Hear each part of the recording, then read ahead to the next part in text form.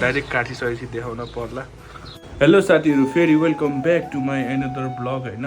आजको चाहिँ तपाईँहरूले थम्बनेल र टाइटल हेरेर थाहा पाइसक्नुभयो होला आज म के गर्न गइरहेको छु होइन। आज चाहिँ म मेरो यो कपाल गरेर काटिदिन गइरहेको छु, किनकि अब गर्मी नि आउन लाग्यो। त्यही भएर मलाई जङ्गली जस्तो देखे जस्तो फिल भइरहेको छ। त्यही भएर म चाहिँ यस्तो कपाल फालिदिउँ भनेर हो। अब के गर्ने भयो कि अब घरबाट नि पहिलेदेखि फाल भन्ने थियो। लगभग मैले कति भयो पाल्न लाग्यो, त्यही 3 वर्ष भयो क्या। त्यस्तै हो, अब घरबाट फाल भनिरहेको थियो। हुन त मलाई मतलबै हुन्थेन। अब चाहिँ गर्मी आउन पनि लाग्यो। प्लस कस्तो भनेपछि यो कपाल लामो भएपछि चाहिँ यस्तो केही काम गर्न नि एकछिनमै गर्मी हुने क्या, वाक्स गर्मी फिल हुने क्या। अनि त्यही हो साथी हो, गाह्रो हो। अब यो 3 वर्ष भयो पालेको। काट्न त मजा लागेन, तर काट्नै पऱ्यो, के गर्ने। कस्तो बेलामा पनि दुःख नि लाग्यो है, किनकि यस्तो राम्रोसित पालेको कपाल यस्तो फाल्दा त कस्तो फालम कि नफालम भयो कि। त्यही भएर त्यही हो साथी हो, मलाई के भन्ने यारहरू चाहिँ है। त्यही हो साथी, अब डाइरेक्ट बाटोतिर भेटौँला नि त, ट्यागको कपाल काट्ने ठाउँतिर है। अब जे कपाल नफालम भन्दा नि अब फाल्नै पऱ्यो। घरबाट नि फाल भन्ने थियो पहिलेदेखि, त्यही भएर कपाल नि यत्रै हो भाउ त। त्यही हो साथी, अब डाइरेक्ट बाटोतिर भेटौँला ल होइन साथी हो। मसँग नि अब भाइ जाँदै हो कपाल काट्न, भाइले नि कपाल फाल्ने रे होइन। यस्तै छो जिन्दगानी, कपाल काटिदिन्छु म। गीत चाहिँ अलिक खोया हुन्छ यार, यहाँ चाहिँ फेरि पढाउँछ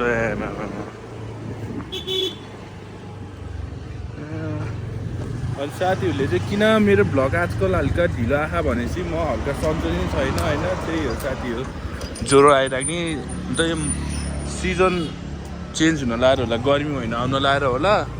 त्यो कस्तो हुन्छ भने चाहिँ सन्चो हुँदैन कि खास चाहिँ। म चाहिँ किन त्यस्तो उस्तो हुन्थेन, यो गर्मी महिना आउन लाएर जस्तो लाग्यो कि साथीहरू। मलाई सन्चो नभएर मेरो डेली भ्लग पनि भएन, प्लस घर पनि आजकल त्यसैमा खासै भिडियो बनाउने माहौल नि छैन। माहौल छैन भन्दा नि टाइमै पाएन कि।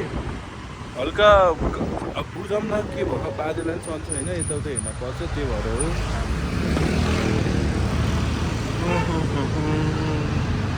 घाम त कस्तो टन्टमुरी लाग्यो यार। त्यही हो साथी, अब कपाल फाल्दिने चट्टा लाएर नि ह्यान्डसम भयो, चिक्ना भयो निस्किने।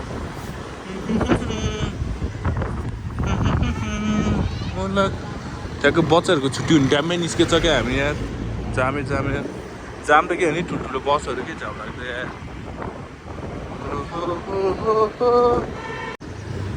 ल होइन साथी हो, हामी चाहिँ कपाल काट्ने ठाउँनिर पुग्न लागिसकेको अवस्था।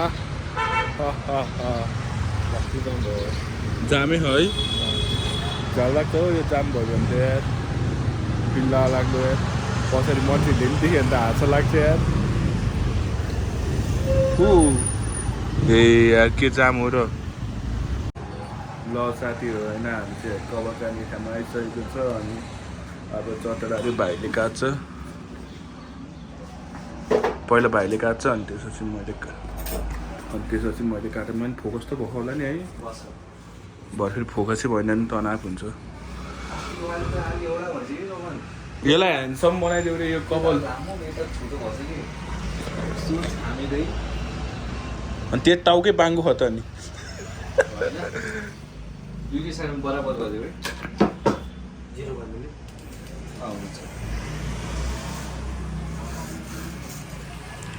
स्लो भान्न लाग्यो क्या,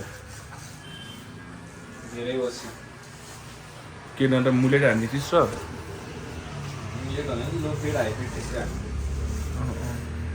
हान्ने थुतु नहेर्दैन त्यहाँ।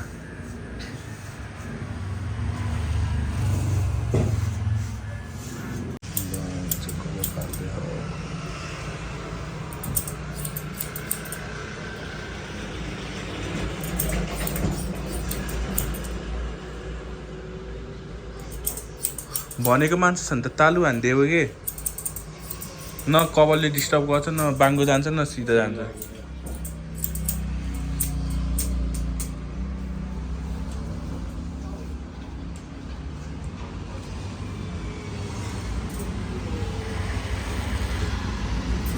बराबर गरिदियो।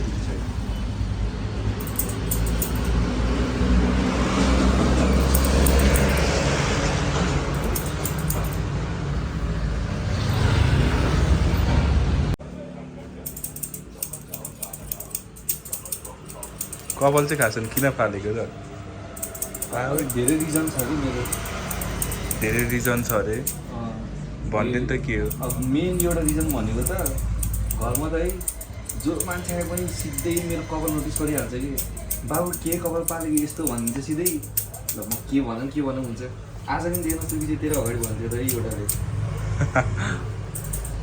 मामाले होला नि बाबाले तेरो बाबा पर्छ मेरो बाबा तेरो मामा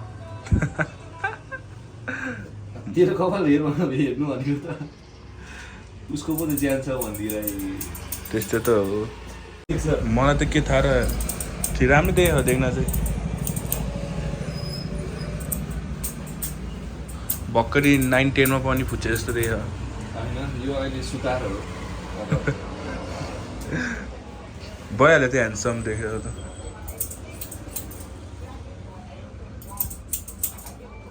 मिठो भएर अब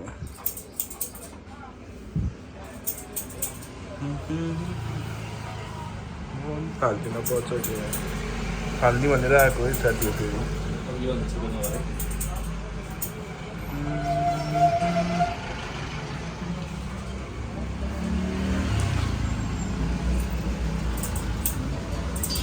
त्यही हो साथी हो अब भाइको काट्ने हो अनि त्यसपछि चाहिँ सर्ट लगाएर मेरो काट्न पर्छ माया त लाख तर के गर्ने गाह्रो छ कस्तो मन खटखट भइरहेको छ कि कपाल फालम कि नफालम भनेर यार त ल साथीहरू आएपछि भेटौँला यार लास्ट मान्छेहरू आयो बिल्ला लायो यार यहाँ चाहिँ भाइ अब ह्यान्डसम भएर निस्किसकेको अवस्था खै यतै त सही देख्यो देख्न चाहिँ यतै हेर्न साइडमा त साइडमा गर्नु राम्रो देख्यो कि साइडमा गरेको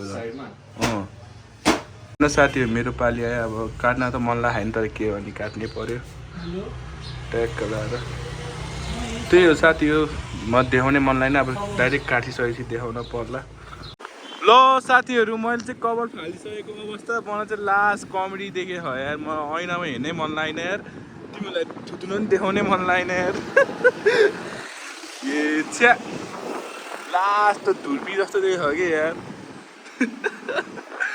हेर्छौ साथी हो मैले कपाल फालेको हेर यहाँ कैसा लगा मेरा मजाक